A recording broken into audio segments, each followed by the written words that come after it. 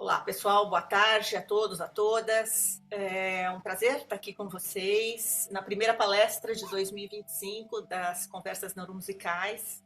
Esse é o 11º ano desse projeto de extensão do Grupo Neuromusical UFBC, do qual eu sou coordenadora. É um projeto que tem como objetivo divulgar o conhecimento e estimular o debate em áreas de intersecção entre a música e outras disciplinas, especialmente a neurociência cognitiva da música e a psicologia cognitiva. Esse ano, 2025, a gente tem uma parceria muito especial aqui é pela primeira vez que a gente faz isso, né, na história do projeto, uma parceria com outro grupo de cognição musical, que é o COGMUS, o Grupo de Cognição Musical do Instituto de Artes da Unesp, e cujo coordenador é o professor Marcos Mesquita, que está aqui com a gente. É um prazer enorme, Marcos, ter essa colaboração de vocês aqui esse ano. Acho que vai ser muito legal a gente compartilhar aí essas conversas ao longo do ano. E eu vou passar então a palavra para o Marcos, para ele falar um pouquinho, né, do grupo dele e para apresentar o nosso convidado de hoje, o Marcelo Savassi Kakihara, da Universidade de Kyoto, doutorando na Universidade de Kyoto. Então, Marcos, bem-vindo às Conversas Neuromusicais. Obrigado, Patrícia. Bom, é uma grande alegria, né, fazer esse projeto em conjunto com o grupo de vocês. E nós, projetamos, né, para esse ano um grupo de palestrantes muito especial, eu acho, né, pessoas de fora do Brasil, pessoas daqui do Brasil com pesquisas recentemente concluídas. Então, acho que vai ser uma série muito interessante para todos nós.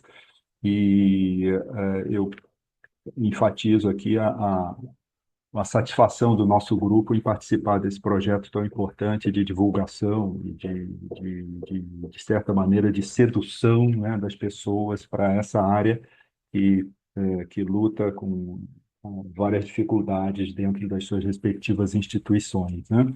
Então, eu vou apresentar rapidamente o Marcelo, né?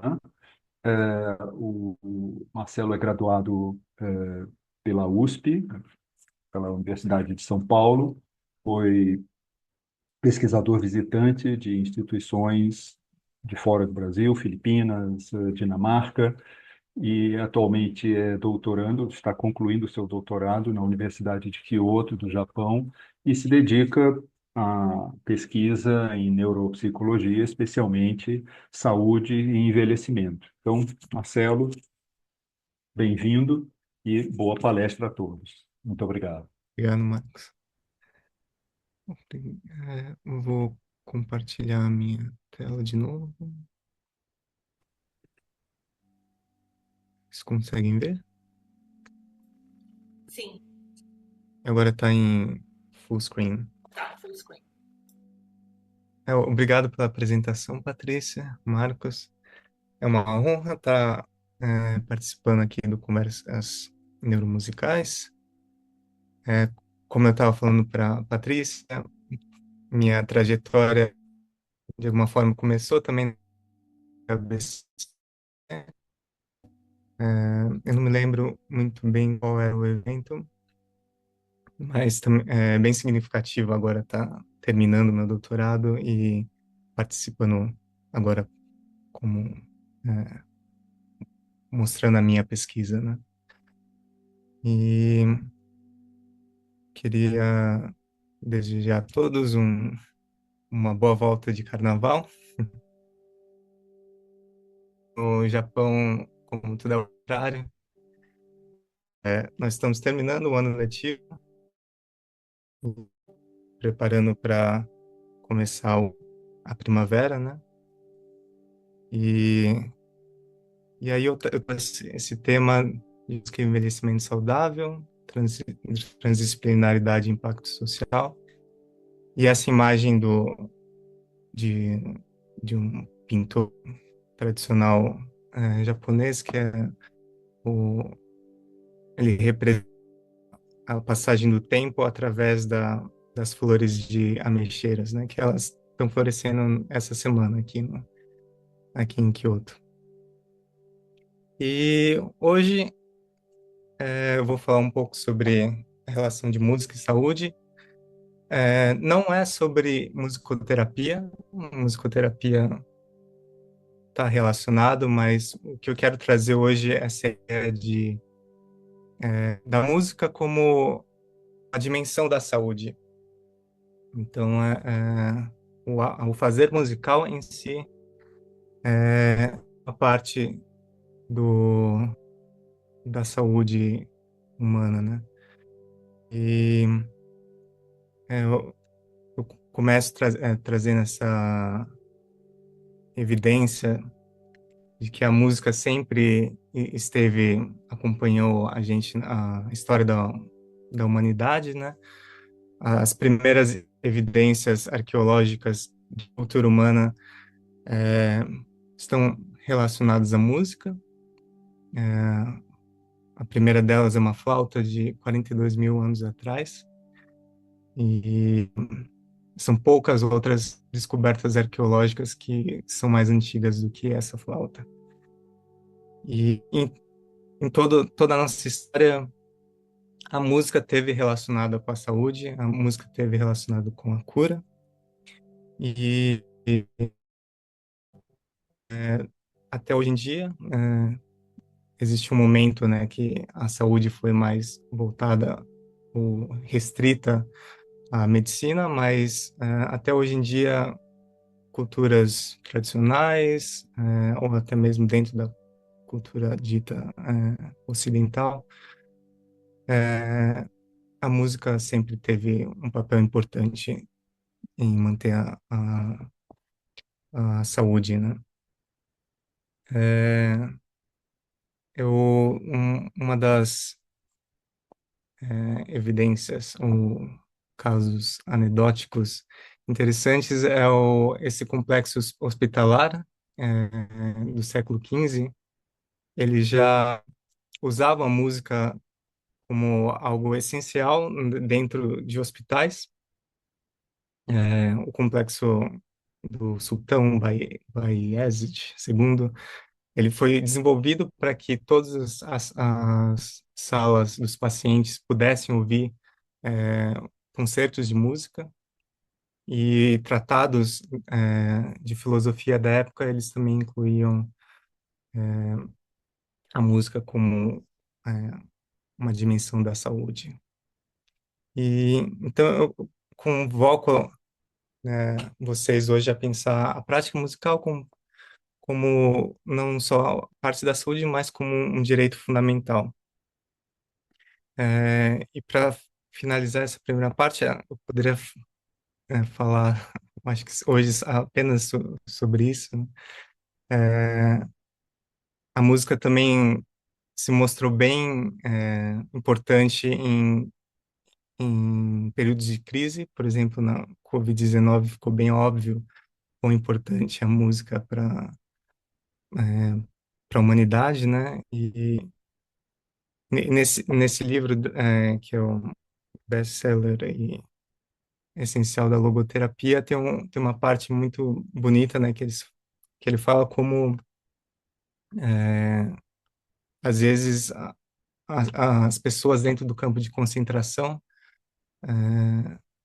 elas priorizavam ir para a peça de teatro do que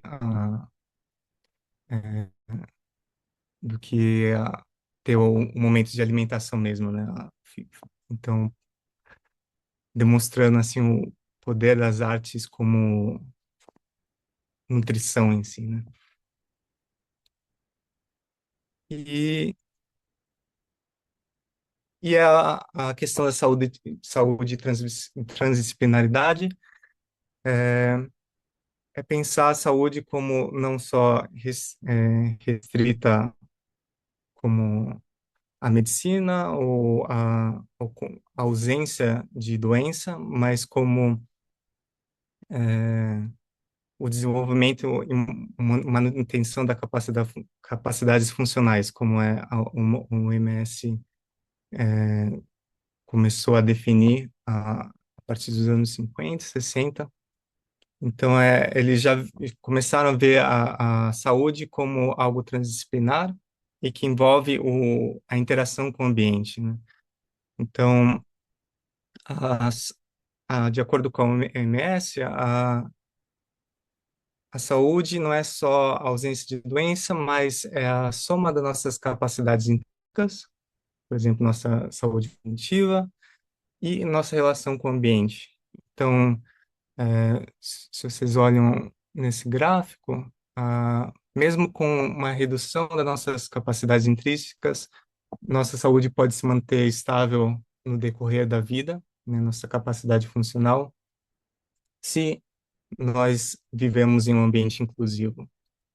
Um exemplo bem grosseiro, assim, por exemplo, eu tenho 1,75 m.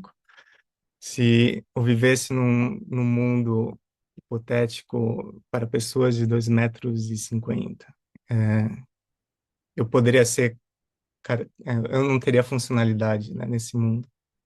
Mas a partir de um momento que o ambiente é adaptado para que pessoas de tamanhos diferentes possam realizar atividades cotidianas, a capacidade funcional das pessoas, né, se equipara, né? E isso também se aplica no envelhecimento e nossas capacidades cognitivas, né? Que vai ser o enfoque central da, do tema de hoje e também da minha pesquisa. Então, como vocês já devem saber, é, o mundo inteiro está sofrendo esse fenômeno de envelhecimento populacional. O Brasil está em passos largos caminhando para o envelhecimento populacional, que hoje o Japão já atingiu. O Japão é considerado uma população super envelhecida, é, e atualmente uma a cada 4 pessoas tem 65 anos ou mais.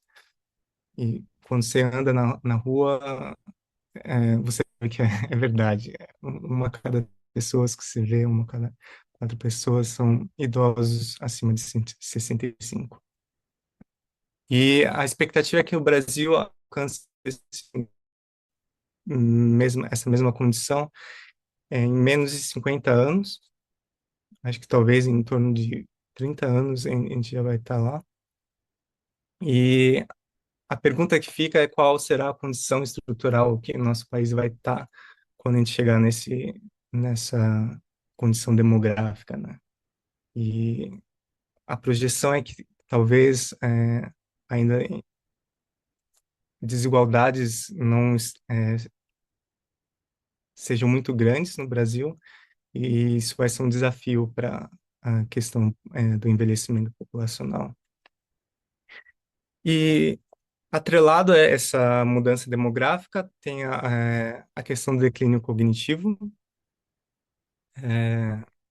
Se vocês verem esse mapa, os países em vermelho são os que vão ter um aumento maior em casos de demência, por exemplo, a doença de Alzheimer.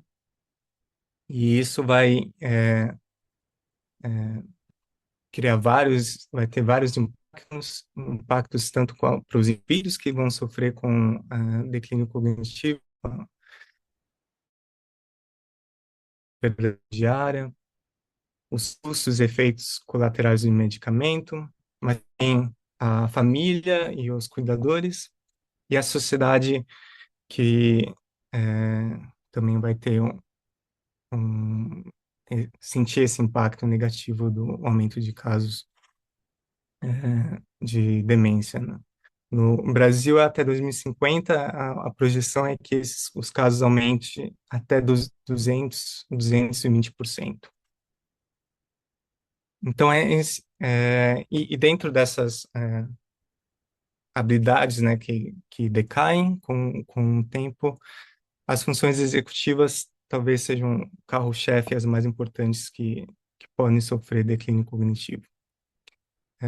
Elas são habilidades de pensamento que controlam o nosso comportamento e elas são responsáveis por adaptação às demandas ambientais. Então, são talvez as habilidades cognitivas mais importantes, né, para manter as funções diárias. É, só que essas habilidades cognitivas, elas não é, decaem igualmente para todos. A maioria das pessoas ela consegue manter uma saúde cognitiva estável e boa até os 100 anos, até os 80 anos. É, e uma parcela menor, mas significativa, experimenta esse declínio progressivo ou acelerado. Então, a questão que fica é quais são os fatores que permitem essas pessoas com funcionalidade alta, né, com cognição estável, a manterem a saúde no decorrer da vida e quais são os fatores que causam esse declínio, né? E aí vem a questão da música. Muitos estudos, né, eles relacionam esses quatro fatores, né, estímulo cognitivo, atividade social, nutrição e sono e atividade física. E estudos recentes, né, uma literatura que está crescendo, elas estão apontando que a música, o engajamento ativo na música, por exemplo, aprender um instrumento musical, tem um efeito positivo na cognição e para manter a saúde cognitiva durante o envelhecimento. A música é um fenômeno multidimensional que envolve nossas emoções, nossa, todos os aspectos cognitivos, nossa vida social e cultural. Ela não é invasiva como medicamentos e acessível e pode ser prazerosa e motivadora. Então, coloca a música como um meio privilegiado para manter a saúde cognitiva durante a vida. Então, eu apresento o mapa da minha apresentação hoje. É,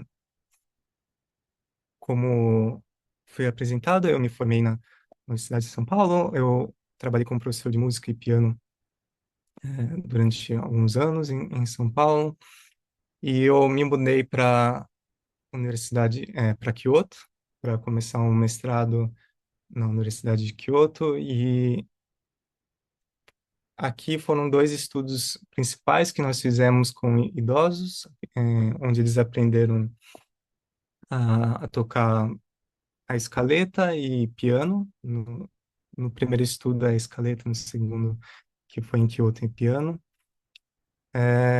Então, eu apresento esses dois estudos. Um, brevemente, um estudo que eu participei em 2023, quando eu estava morando na Dinamarca. E é um projeto que é científico e social que eu fiz recentemente, no ano passado, na Filipinas. Também traz essa questão do envelhecimento saudável e como fazer o conhecimento da academia atingir a população em geral. Minha motivação para começar o mestrado veio de uma viagem que eu fiz em Tóquio. Em 2017, a Tóquio é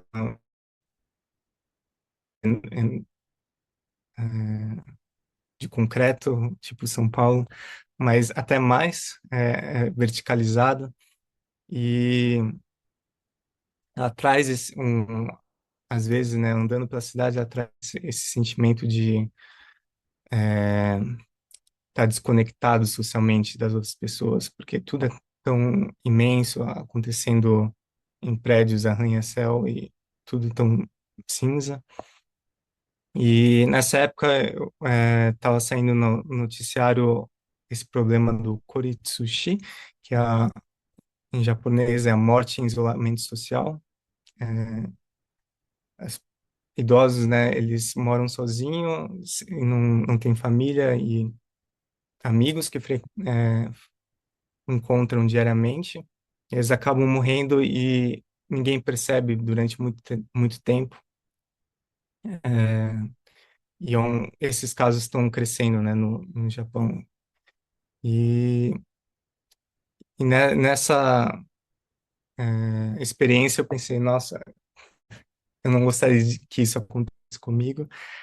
E como seria bom se em cada bairro, em cada distrito tivesse projetos, assim como projetos de música que as pessoas pudessem é, participar, encontrar, fazer amigos, até é, é, idosos em momentos mais lançados de vida, né? E de volta para o Brasil, dando aulas de piano, muitas vezes eu ouvia assim de pessoas mais velhas que eles gostavam do piano, eles gostariam de aprender, mas eles se sentiam muito velhos para aprender um instrumento musical. E também na minha formação eu percebia que o currículo era voltado para ensino de crianças e crianças saudáveis e não tinha muito sobre o ensino de música, por exemplo, para idosos ou para pessoas com al- algum, algum tipo de doença, por exemplo. E isso me motivou a começar essa pesquisa. Então, o ponto de partida foi em Kyoto, onde no laboratório de desenvolvimento de ciclovida, da professora Sekiya Makaoro, eles estavam iam começar um, um estudo de intervenção para analisar o efeito de o aprendizado de instrumento musical na saúde cognitiva de pessoas mais velhas em Osaka. É, e como eles iam fazer, né, o método do estudo, recrutar um grupo de idosos, um grupo ele aprende piano, outro grupo ele continua com atividades sociais ou outras atividades de lazer, e depois, antes e depois dessa intervenção, deles aprenderem a escaleta, a gente mede a performance cognitiva e mede o efeito se um grupo melhorou, se um grupo decaiu na performance.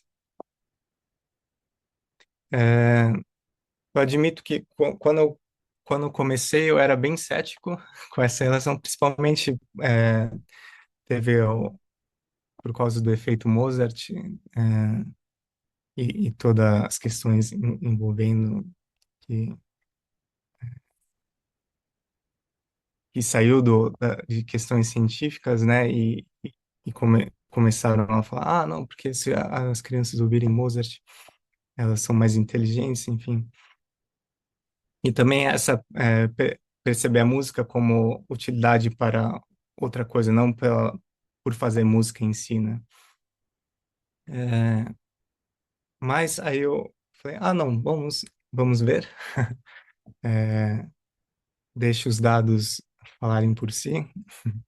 E eu tentei trazer também a experiência como educador musical para esse estudo. Uma questão da literatura, né, é que muitos dos estudos anteriores, eles falharam em replicar o efeito da cognitivo, né, em idosos. E uma questão que surgiu é que talvez pela como a diversidade no grupo de idosos é muito grande, é,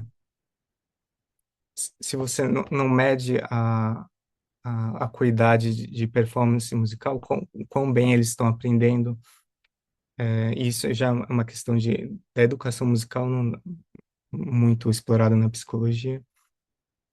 Isso poderia alterar os resultados do estudo. E, e foi isso que eu trouxe para esse projeto, né, que estava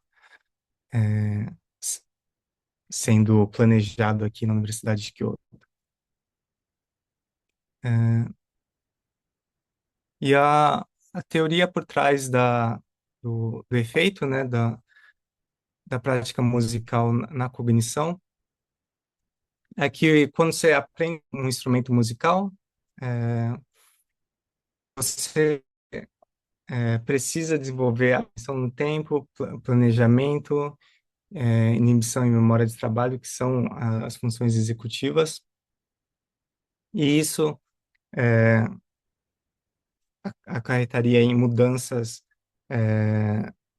tanto na massa cinzenta, que são as sinapses neurônios, né, e tanto na massa branca, que são as capas de gordura que facilitam a comunicação entre os neurônios, né? Então, se para aprender música, os mesmos circuitos, né, as mesmas redes neuronais, elas são fortalecidas.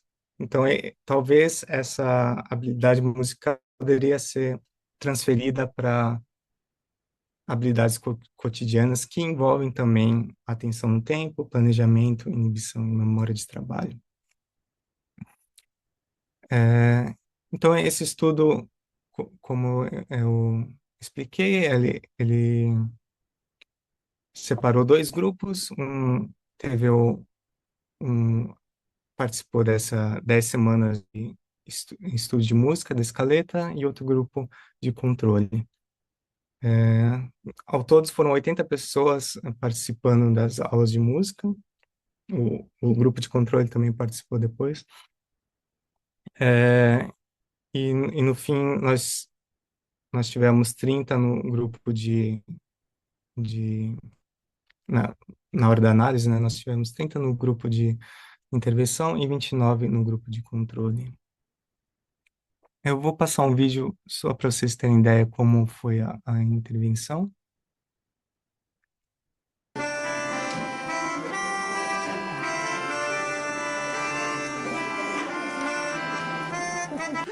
Foi em grupo, a, a sala toda tinha em torno de 40. 1、2、3、4の指を動かして弾いていきましょう。ドレドレミファミファです。いきますね。どうぞ。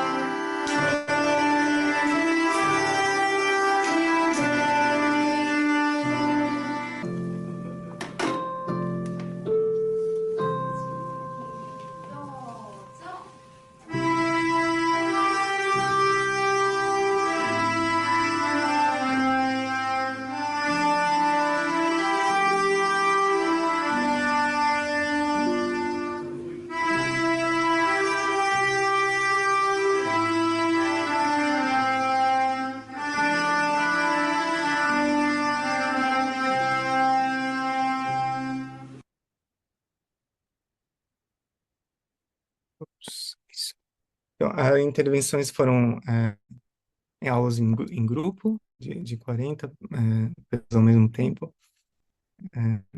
Isso também aumentou o desafio e- de uma maneira igual, né? E só para vocês terem uma ideia de como a gente faz o teste, então, um exemplo que nós usamos é o teste de que você tem que ligar pontos 1, 2, 3, 4, 5 com uma caneta no papel, e quanto mais rápido você conseguir fazer, melhor. E o primeiro teste é motor, que é só o número. O segundo teste é número, letra. Aí depois a gente subtrai e obtém o que seria a função executiva, né? É o tempo de completar esse teste. E o que eu trouxe para esse projeto foi também analisar o quão bem eles estavam aprendendo, né, musicalmente, e, e nós fizemos isso através da... A gente pegou uma música que eles aprenderam, no caso foi essa versão de uma melodia da sinfonia, de uma melodia dentro da Sinfonia do Novo Mundo de Gustav Holst, que virou uma música tradicional aqui no Japão. E os participantes, eles tocavam e a gente gravou vídeos e avaliou o quão bem eles estavam executando a, a música, né? Eu não vou entrar em detalhe também por causa do tempo, mas eu vou pular direto para o que nós encontramos nesse estudo. É, primeiro, o primeiro resultado foi que o grupo de intervenção realmente melhorou desde o primeiro teste para o segundo, melhorou a performance cognitiva. Já o grupo de controle, ele permaneceu estável. E dentro do grupo de intervenção, os que aprenderam música,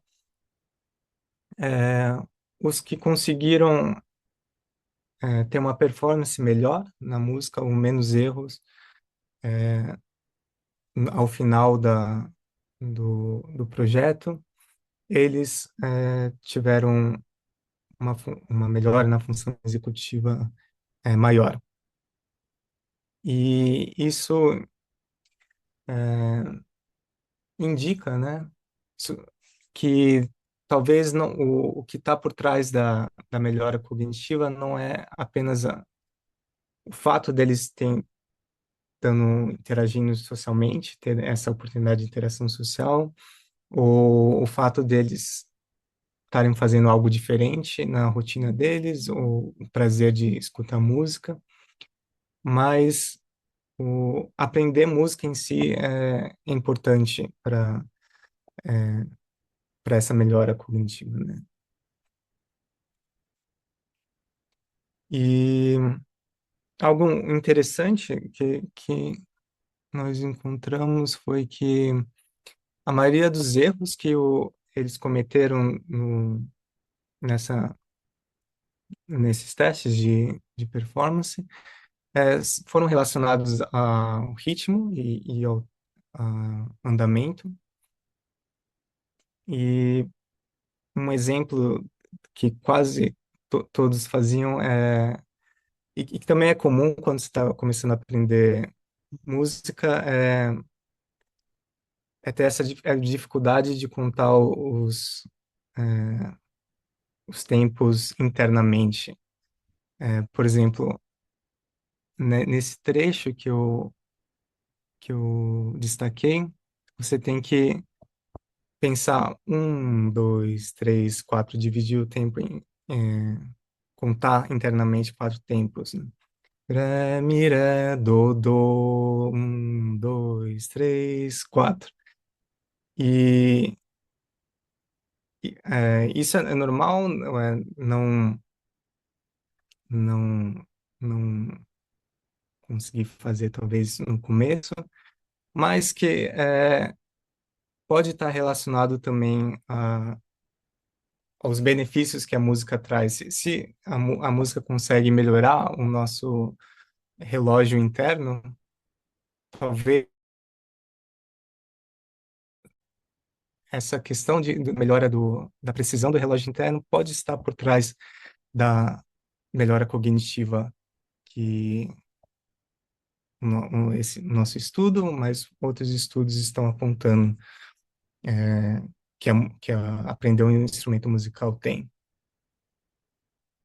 É, se vocês pensarem, né, como a gente mede o tempo, né, o nosso relógio por exemplo, um metrônomo, a gente conta o tempo através da oscilação, né, de um pêndulo, ou no caso de um relógio a bateria, a oscilação de um cristal de quartzo, que aí tem um processador que calcula essa oscilação e calcula o quanto é 1 segundo. Mas no nosso cérebro, a gente não tem um pêndulo, a gente não tem um cristal de quartzo. Então, como é que a gente consegue, né, perceber o tempo e consegue contar quanto é 1 segundo, 2 segundos, enfim, e na música conseguir ter essa noção de tempo? É, os estudos, toda a literatura, né, sobre percepção de tempo, elas indicam que essa região do nosso cérebro, que a gente chama estriado, que é uma região bem interna do nosso cérebro, ela comunica com o córtex, que é essa região. Eu não sei se vocês estão vendo o meu mouse, mas essa região superficial do cérebro, que a gente chama de neocórtex, porque ela veio depois na trajetória evolutiva. Então, essas regiões mais internas, elas apareceram antes, por exemplo, em cérebros de répteis, já existiam, mas essa parte mais superficial seria a característica humana, de macacos, e que permitem raciocínios mais elaborados. E a comunicação entre essa região intérnica do sistema límbico, que é o estriado, e o córtex, oscilações que acontecem no córtex, seria o sistema de contagem de tempo. E um neurotransmissor muito importante para isso seria a dopamina, que ela regularia essa contagem das oscilações que acontecem no neocórtex. Então, essas oscilações seriam capturadas pelo estriado e com, é, com esse circuito do dopaminético, nós teríamos contar o tempo. Poderíamos contar o tempo. E o que acontece é que quando nós envelhecemos, esse sistema ele decai, ele pode decair, e é uma característica da doença de Parkinson, mas pode ser encontrado também no envelhecimento saudável. E é, isso me levou, né, esse estudo foi no meu mestrado, e isso me levou a pensar a dar um passo atrás e fazer pesquisa no que seria o mecanismo por trás das melhoras cognitivas. Então, os próximos estudos que eu fiz eles envolvem a questão da musicalidade em si e quais mecanismos da musicalidade, como a percepção do tempo, poderiam estar por trás dessa melhora cognitiva. E uma teoria ajuda a pensar como isso acontece é a da cognição corporificada. A teoria da cognição corporificada na verdade, não é uma teoria só, é um grupo de teorias e elas explicam o nosso pensamento, a nossa cognição, pela ideia de que a estrutura do nosso corpo e a interação com o ambiente físico é essencial para surgir o nosso pensamento. Então, toda a nossa ação seria imbuída de percepção e toda a nossa percepção será imbuída de ação. Tem um vídeo bem interessante do Carl Friston, que é uma das pessoas, cientistas de referência nessa área, que ele usa um exemplo de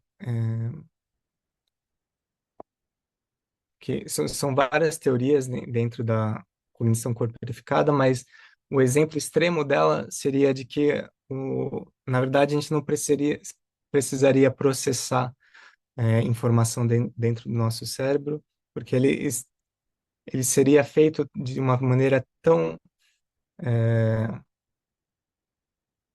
em sintonia com o ambiente externo que essa interação entre o cérebro e o ambiente criaria o pensamento, né? E uma imagem para compreender, né, esse conceito seria, por exemplo,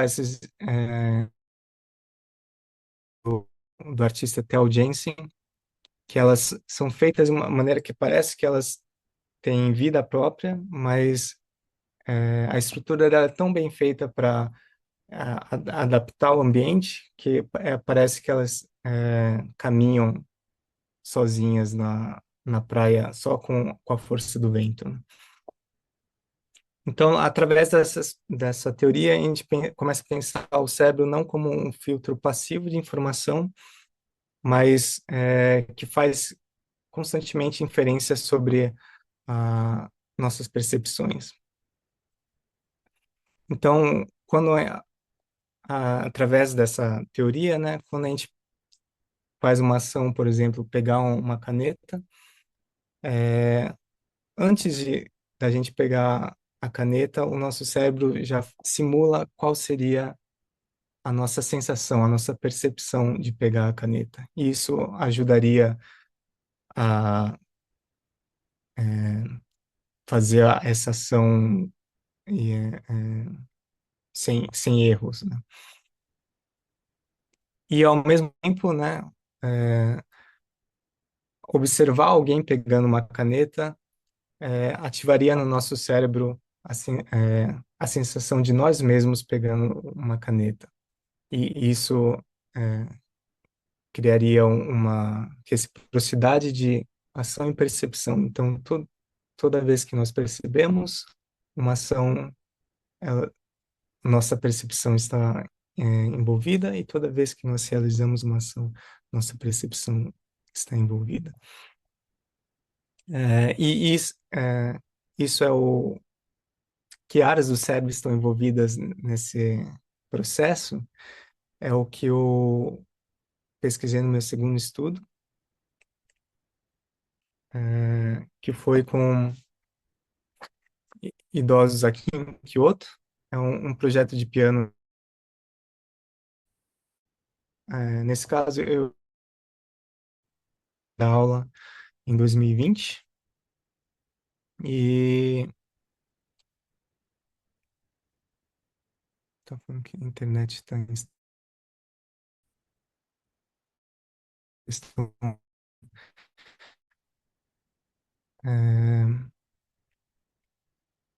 É um estudo em 2020 que nós ensinamos a eles a tocar uma música, Edelweiss, que é do musical Noviça Rebelde.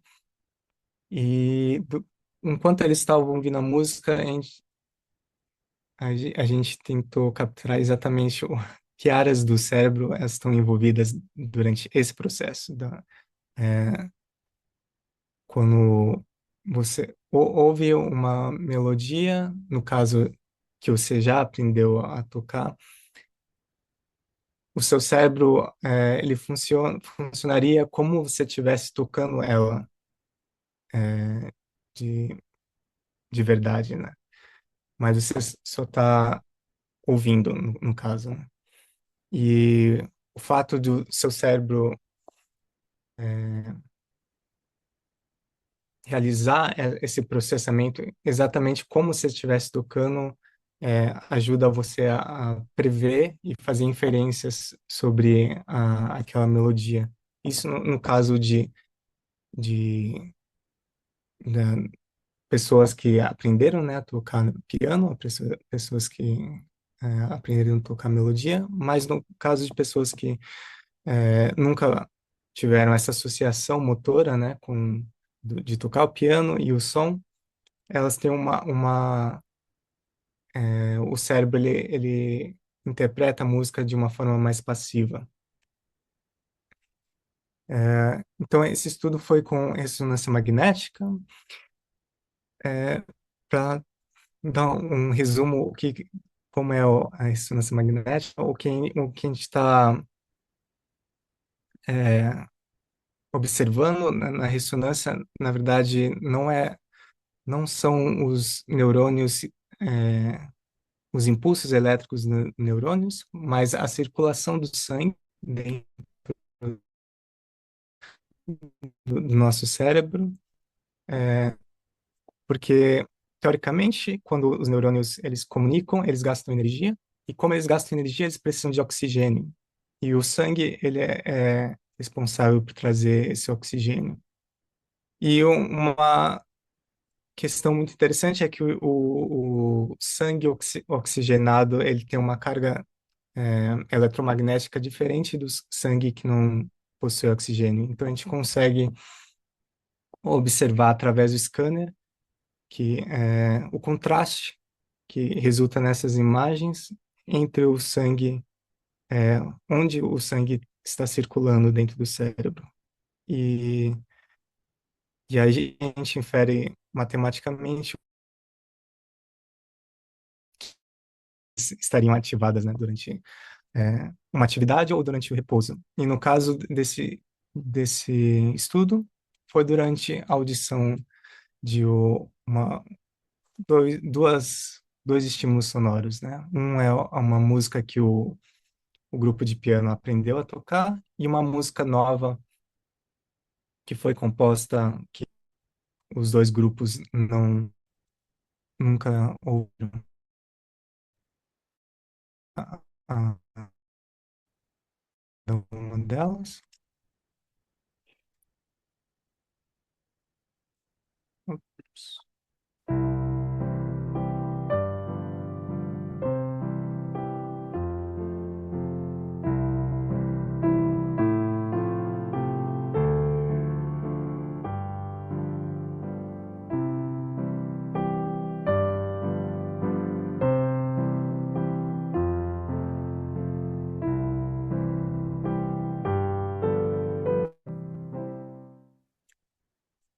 Essa é o Edelweiss, a melodia conhecida.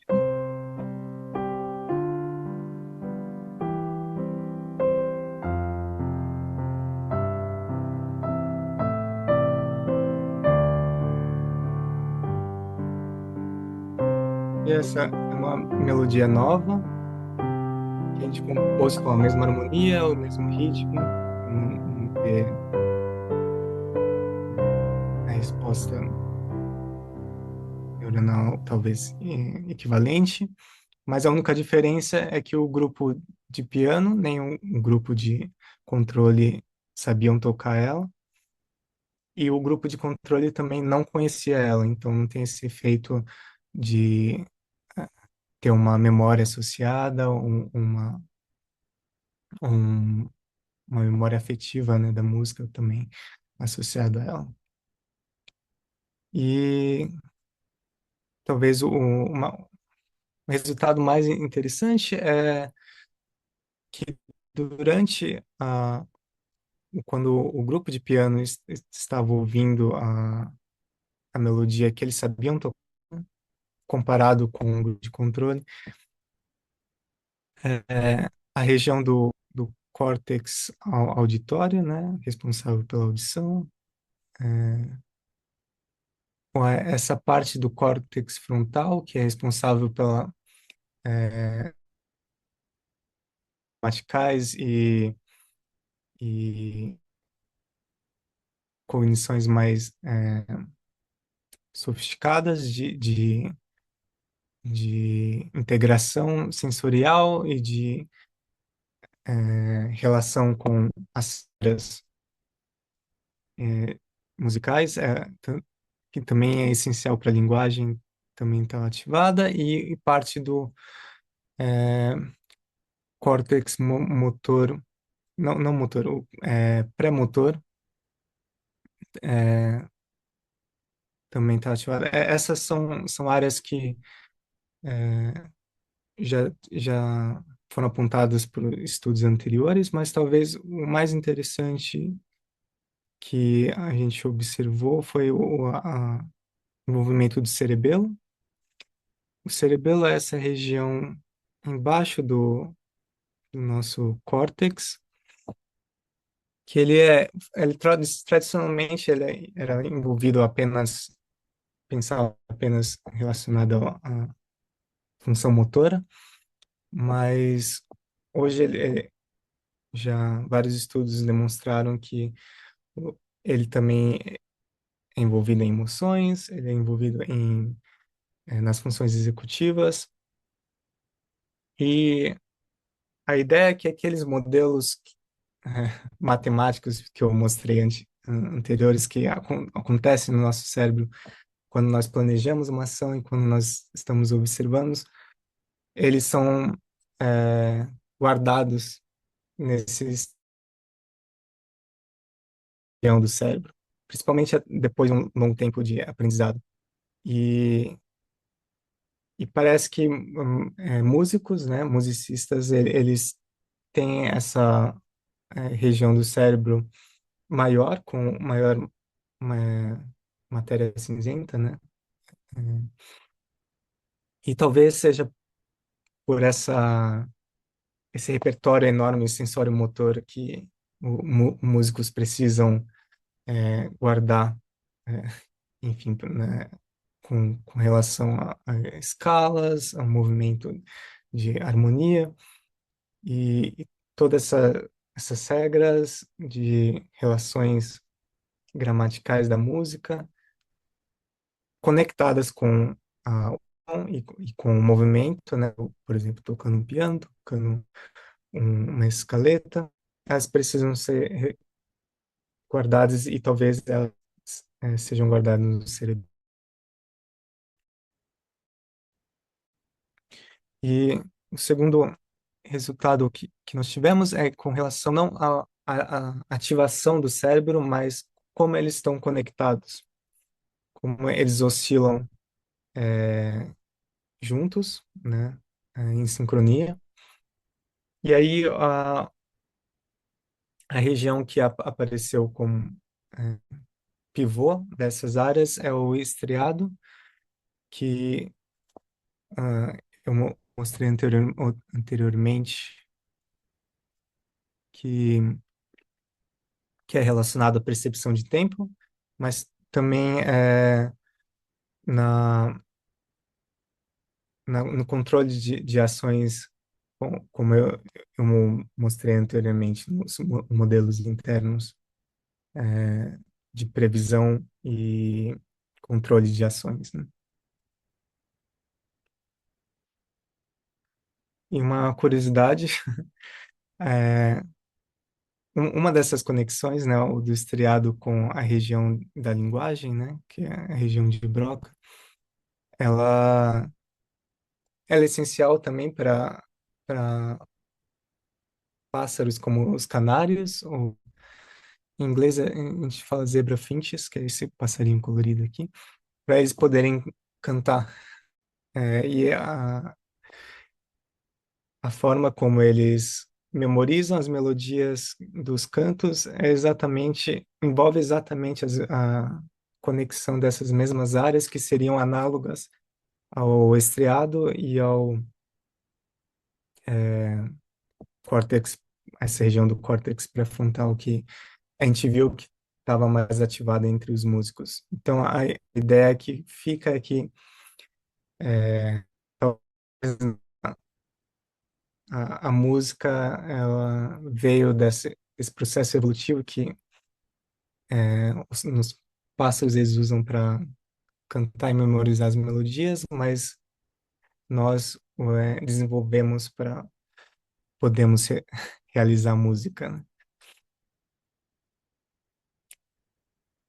Enfim, esse foi o estudo segundo estudo em Kyoto, que nós analisamos a resposta cerebral envolvendo os modelos internos de controle de ação e observa, observação, escuta, né? Escuta ativa. E o projeto, agora eu vou falar um pouquinho do projeto que eu participei na Dinamarca. O professor responsável do projeto é o Máximo Lumaca, e a ideia dele a questão central é a evolução da estrutura rítmica pela transmissão entre cérebros. Então, a ideia é de que é, a questão central do estudo é entender o porquê do nosso ritmos de músicas de culturas diferentes, eles possuem universais que praticamente são compartilhadas pela humanidade. Se a gente vê música de Java, o jazz, se a gente vê música popular, música tradicional africana, todas elas partem desse princípio de divisão de tempos em partes iguais, que a gente chama de isocronia.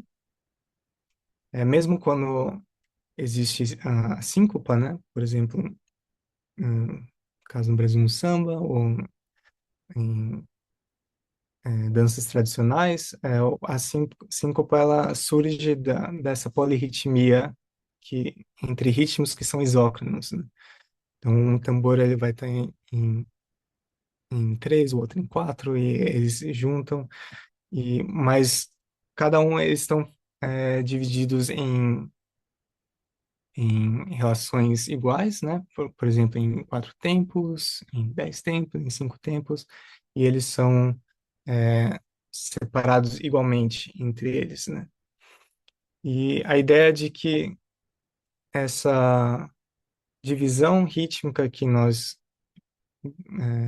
a humanidade compartilha, ela surge não só através da cultura, mas também num nível neurobiológico. E o nível neurobiológico que cria essas regularidades no ritmo, estaria envolvido com a forma como o nosso cérebro é estruturado. E essa formação do nosso cérebro, ela funcionaria como um funil de memória que, na hora que nós escutamos sequências de sons, elas são levadas a serem simplificadas em grupos, por exemplo, em quatro, em três, com medidas intervalares iguais. E esse a questão central. A gente teve a imagem do cérebro novamente. Nesse caso também, o estudo obteve sensor de imagem, que não é só o movimento do sangue no cérebro, mas também o movimento de moléculas de água. e a gente consegue ver a estrutura do cérebro, não só como ele está funcionando.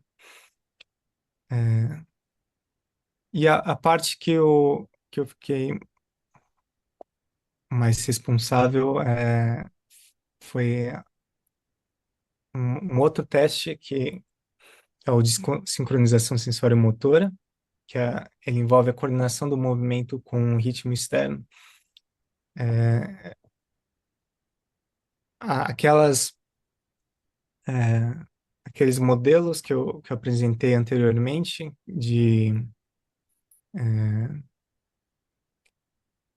de é, previsão e de ação através da percepção, eles têm que ser coordenados no tempo, com o tempo. Essa também é uma essencial no nosso dia a dia. Por exemplo, quando a gente dança, quando a gente joga.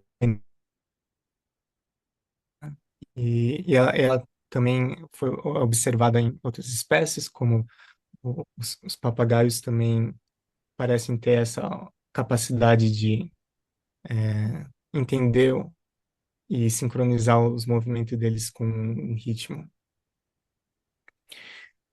E ela envolveria o nosso relógio interno, aquele sistema que eu mencionei anteriormente, envolvendo estriado e o neocórtex. E esses sistemas de adaptação, antecipação e correção de erros. Enfim, a área, a questão matemática eu vou pular, mas o que eu quero dizer, o que a gente faz para analisar a sincronização sensório-motora.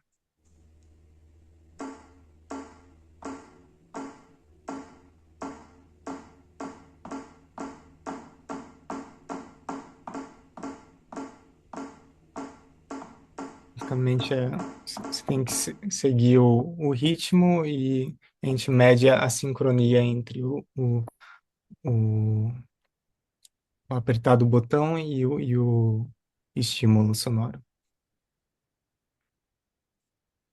Por causa do tempo, eu vou só resumir o resultado sintético, que é as,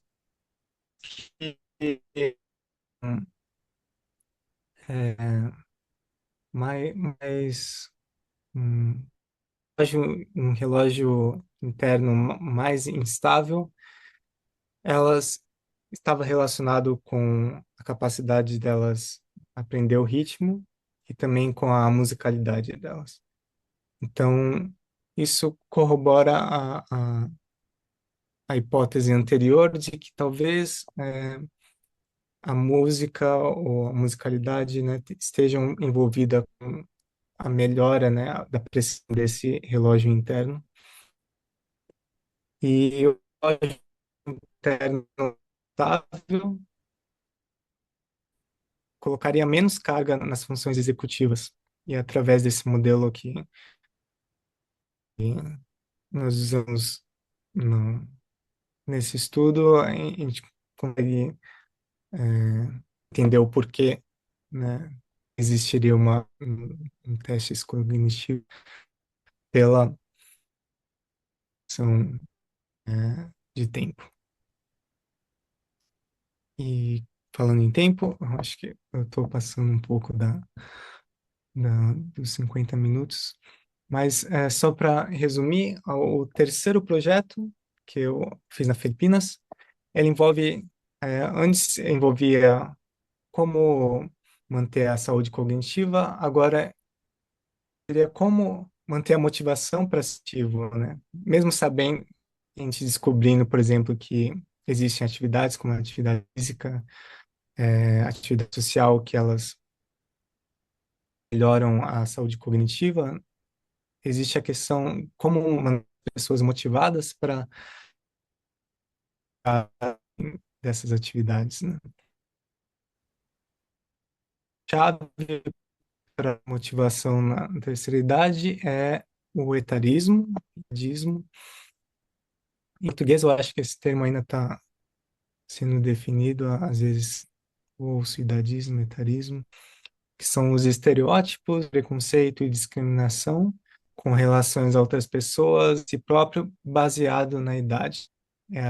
Volta naquilo, eu sou muito velho para começar a ter música, ou eu sou muito novo para tal coisa. E a ideia é de que esses estereótipos também são corporificados, eles são internalizados desde jovem, através é, de anúncios, de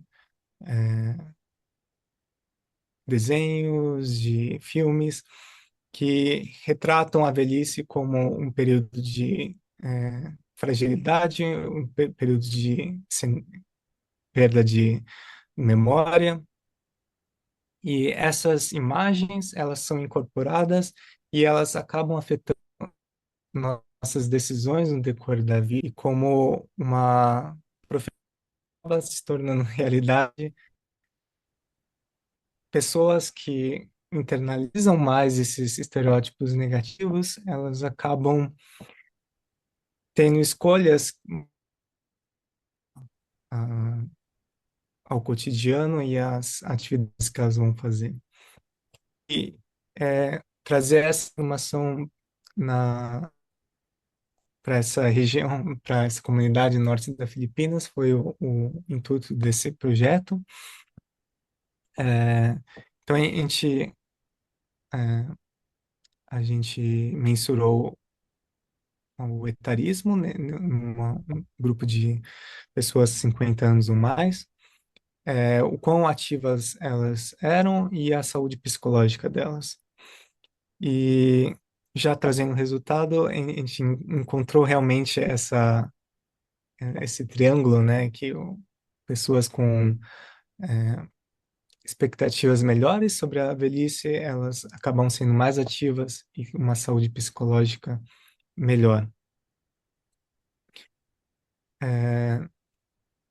E esse projeto ele começou em 2021 com essa campanha global de combate ao idadismo, quando a gente um estudo com jovens universitários e a gente analisou o efeito da dissonância cognitiva através de um workshop sobre idadismo, sobre envelhecimento saudável, e a gente viu que confrontar os jovens com informações precisas e científicas sobre o envelhecimento causou eles a reavaliarem as ideias deles, os estereótipos que eles tinham sobre envelhecimento. E esse projeto culminou com a, a primeira semana do idoso que nós fizemos na universidade,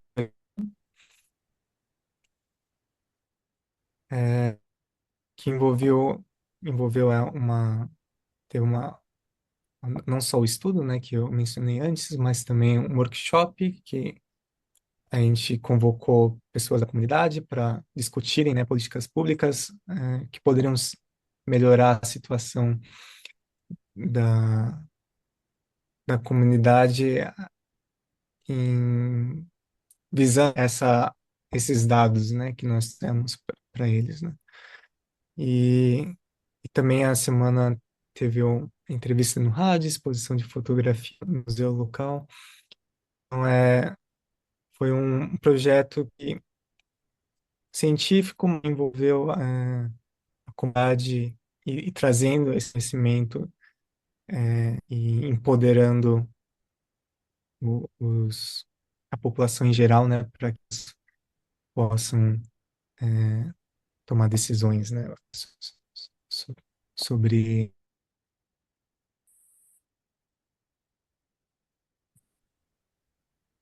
a questão do envelhecimento. E aí, algumas fotos sobre o projeto. E eu acho que o mais legal foi os resultados a longo prazo, que alunos da universidade começaram a querer explorar mais esse tópico, né, do envelhecimento, a questão do pessoas mais velhas LGBT, relação amorosa na terceira idade e alguns projetos sociais também que ocorreram depois da nossa intervenção. E, para terminar, agradecer às pessoas que foram envolvidas nesses estudos e com a frase que eu amo do Clube da Esquina, os sonhos não envelhecem. E aqui algumas referências que eu apresentei durante a minha apresentação. Desculpa, eu passei acho que uns 10 minutos do horário. Sem problema. Obrigada, Marcelo. Gostaria de agradecer a todos a atenção. Obrigada, Marcelo. E parabéns pela apresentação, pelo trabalho. Nossa, quanto assunto importante, né? E temas fundamentais aí para a discussão. De fato, a gente passou um pouquinho do horário, mas eu acho que a gente, se você puder ficar mais um pouquinho, eu estou preocupado com você, o Marcelo tá em Kyoto, que é 3 horas da manhã aí. Mas se você tiver tempo aí para umas 2 perguntas ou 3 perguntas, eu acho que já tem alguns comentários no chat. A gente pode começar por eles. Não, Se o sim, pessoal puder abrir câmera e falar diretamente, eu acho que é mais gostoso, né? A conversa vai ficar mais gostosa. eu fico É, empolgado quando eu vou falando. a Eu quero primeira, explicar, desculpa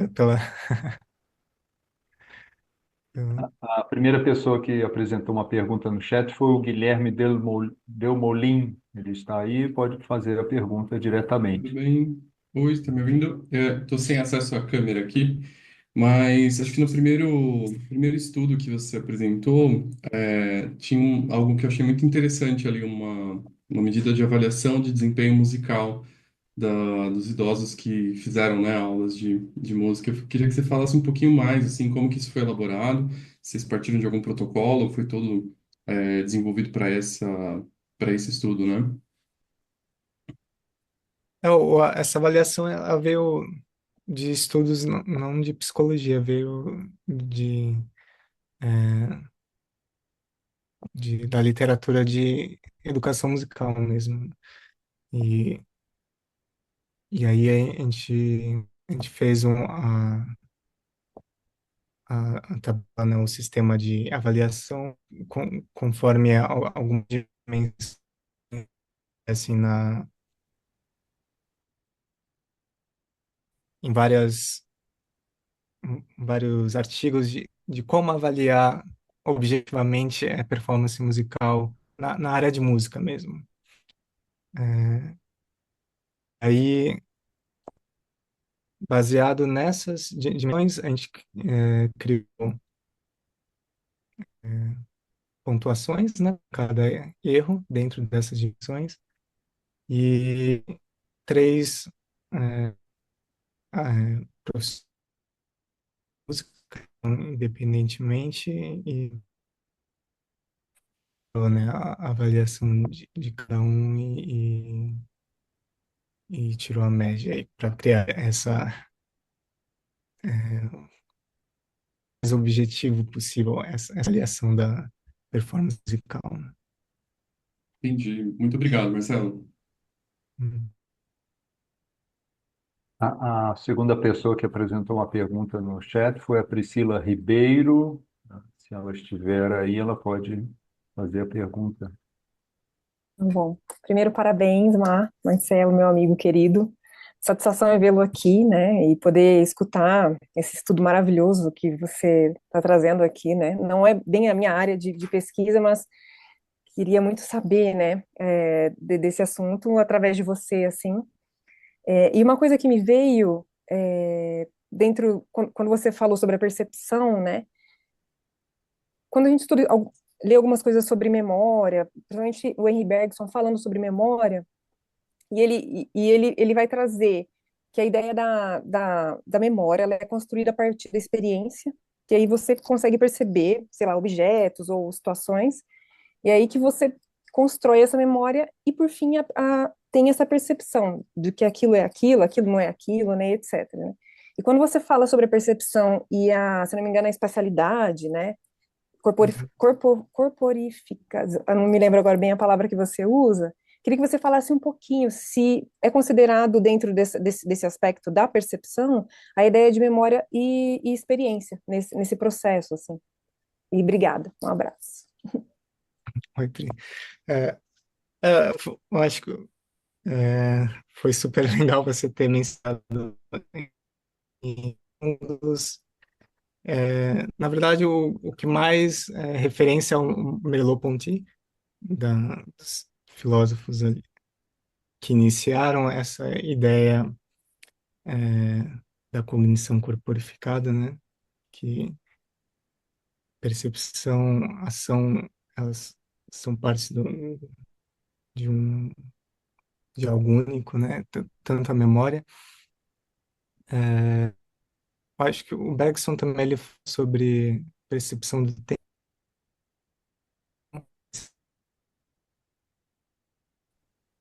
da, da nossa consciência, né? E o que é essa cognição corporificada, né? Várias teorias, né, que estão dentro dessa linha de pensamento trazem é que, por exemplo, nós, músicos, né, quando nós ouvimos música, elas passivamente, mas nós temos a experiência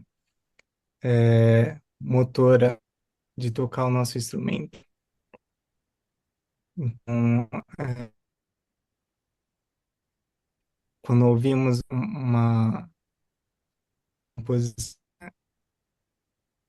a nossa memória motora de tocar o nosso instrumento, envolvendo aquela gramática da harmonia, da, da melodia, né, do contorno melódico, é, ela é ativada para a gente poder pensar sobre a percepção auditiva. Então, é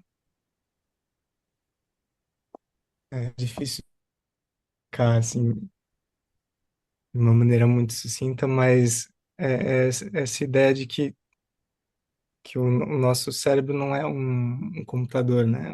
Algo passivo que está pegando, analisando a cor e analisando o movimento, processando e, ok, é isso.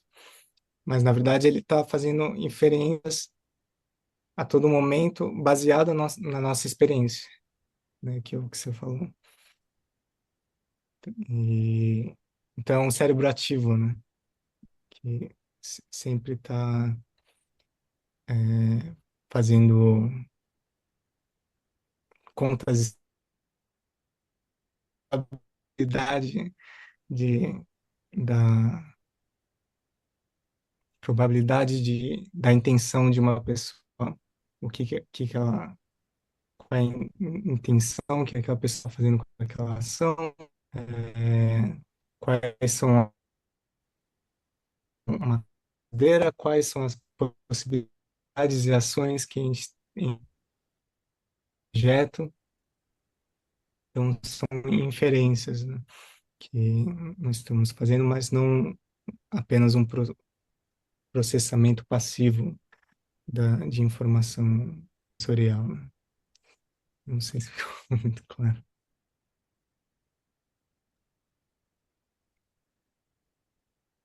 Tudo bem. Bom, só uma última pergunta, então. Aqui pelo chat foi o Jorge Peculas, eu espero ter pronunciado corretamente o sobrenome. Jorge, se você quiser fazer a pergunta diretamente. Sim, eu cheguei um pouquinho atrasado, Mas achei bem interessante.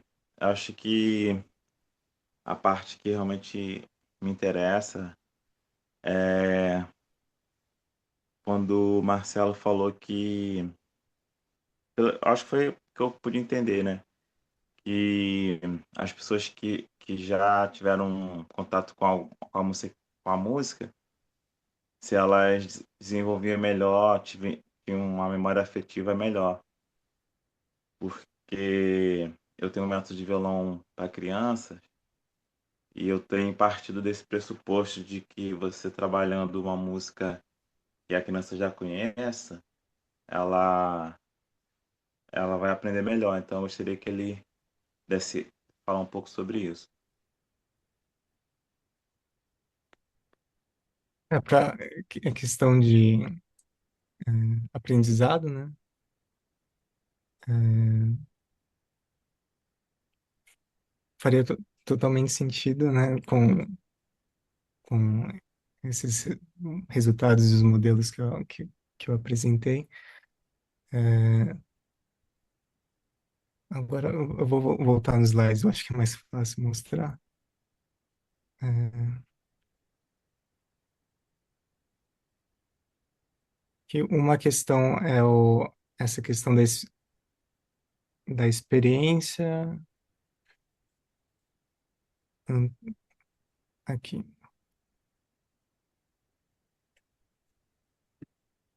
Algo que eu não coloquei na minha apresentação é sobre os neurônios espelhos, que são é uma teoria de que existem neurônios que eles codificam tanto nossa percepção, eles codificam junto nossa percepção e nossa ação. É, eles, a escolha eles criam modelos internos, né, de possibilidades de ações. Por exemplo, pegar uma caneta, qual o movimento e qual seria a nossa percepção tátil de pegar aquela caneta, elas estão conectadas juntas, né? Codificadas juntas. E no caso de um instrumento, seria tocar uma corda e qual som ela faria, né? Por exemplo. E existem alguns estudos que eles indicam que a, a escolha desses modelos que existem no nosso cérebro, elas são feitas também através da relevância emocional. É, no caso, muitas vezes usado como exemplo, por exemplo, quando você está com fome, é, algum, coisas relacionadas a, a essa sensação de fome, elas vão ser priorizadas. Então, esses modelos que existem dentro do nosso cérebro. E no caso, né, uma conexão afetiva, né, com uma música também, teoricamente, elas seriam priorizadas, né, e facilitaria o aprendizado. Mas a minha pesquisa não vai muito na área de emoções, só que, né, tentando responder a sua pergunta, faria sentido pensar nisso através da cognição corporificada.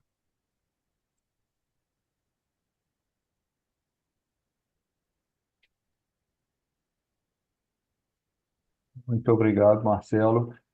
Bom, a Patrícia vai ter aí a palavra final aqui do evento. Patrícia, por favor. Marcelo, eu acho que a gente vai ter que, né, ir parando por aqui. Eu estou, de fato, aqui preocupada, que aí em Kyoto já são 3:30 da manhã, quase. E a gente já passou um bocadinho, né, do horário aí previsto para essa conversa. Então, eu queria sugerir para quem eventualmente ainda tem alguma pergunta para fazer, se você puder passar o seu contato, Marcelo, seu e-mail, Ah, ok. E se no chat. houver, né, mais alguma questão, e as pessoas podem entrar em contato diretamente com você. E você passa aqui pelo chat? Ah, tá aqui já. Eu já coloquei já. Ótimo. Então tá bom. Então, mais uma vez, Marcelo, muito obrigada pela apresentação. Eu tinha algumas perguntas aqui também para você, mas a gente pode né, combinar uma conversa, 1h10. E queria deixar o convite já para todos que estão aqui, que a nossa próxima palestra vai ser no dia 14 de abril. E então, quem puder comparecer, estaremos por aqui, dia 14 de abril, com Micael Antunes, que está fazendo um trabalho atualmente na França. Já foi um palestrante das nossas conversas musicais alguns anos atrás, e agora ele está fazendo um trabalho bastante interessante, e eu convidei novamente, né, por sugestão do professor Marcos, inclusive, para apresentar esse trabalho que ele está desenvolvendo lá. Então, obrigada pela presença de todos, obrigada, Marcelo, mais uma vez, e nos vemos em breve, então, novamente. Obrigado novamente pela oportunidade. E fique à vontade de mandar um e-mail se tiverem mais perguntas. Estou perguntando aqui, 14 de abril, mesmo horário, 14 horas. Tá? Até mais, então, gente. Um abraço a todas. A todos. Obrigado pela presença. Até a próxima.